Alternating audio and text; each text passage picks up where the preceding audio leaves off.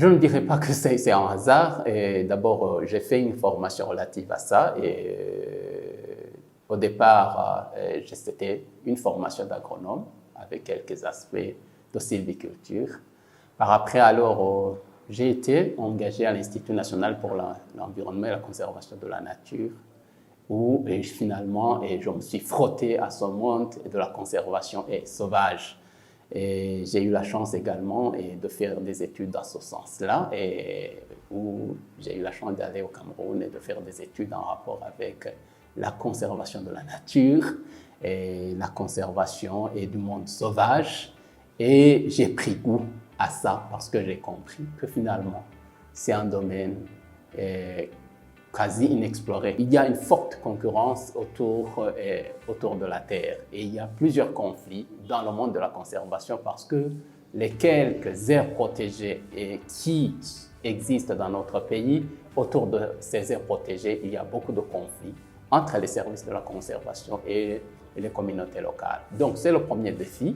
Le deuxième défi consiste à, comment dirais-je, à rencontrer une oreille attentive au niveau de la plupart des élus locaux, au niveau de la plupart des administratifs, au niveau territorial. Parce qu'il y en a qui pensent que les aires protégées, ce sont des espaces qui ne sont pas suffisamment exploités. Et il y a la plupart des gens voudraient les déclasser, voudraient déclasser les forêts naturelles. Et ça, c'est un autre défi de sensibiliser ces gens-là, de leur faire comprendre que finalement, les aires protégées, la biodiversité, font partie du développement dans notre pays. Le troisième défi, et non le moindre, c'est le manque de ressources financières. Qui dit conservation dit avoir les moyens pour le faire. Et c'est pas toujours évident que les moyens financiers suivent. Dans la plupart des cas, les organisations qui sont impliquées dans le domaine de la conservation, de la protection de l'environnement, se heurtent à un manque de fonds, un manque de ressources financières pour exécuter, pour mettre en action leur vision, leurs objectifs.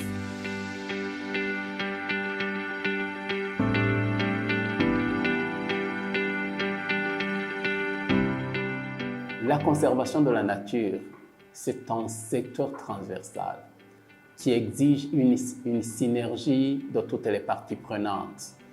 Nous avons dans notre pays une agence nationale en charge de la biodiversité, c'est l'Office burundais pour la protection de l'environnement. Mais je pense que l'Office burundais pour la protection de l'environnement a besoin de partenaires. Il a besoin d'être appuyé, il a besoin d'être accompagné sur tous les plans, sur les plans techniques et sur le plan financier.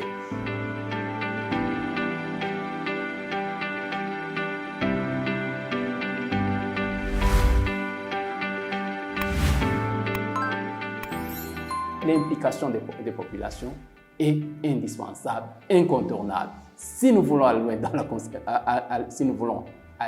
dans la conservation de la nature au Burundi, si nous voulons réussir ce qu'on n'a pas encore réussi pour le moment, nous devons coûte que coûte et obligatoirement impliquer les populations riveraines des aires protégées. Et là, on va gagner des points. Sinon, tous les efforts sont voués à l'échec.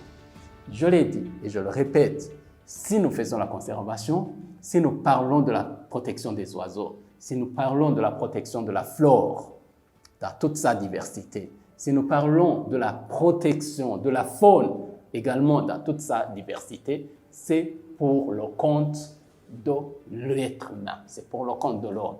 Nous pensons qu'à travers cette conservation, il est possible, et c'est une réalité, il est possible d'améliorer les conditions de vie des populations. Si nous impliquons les jeunes, si nous mettons un accent particulier sur leur éducation, sur la sensibilisation des jeunes, sur leur implication dans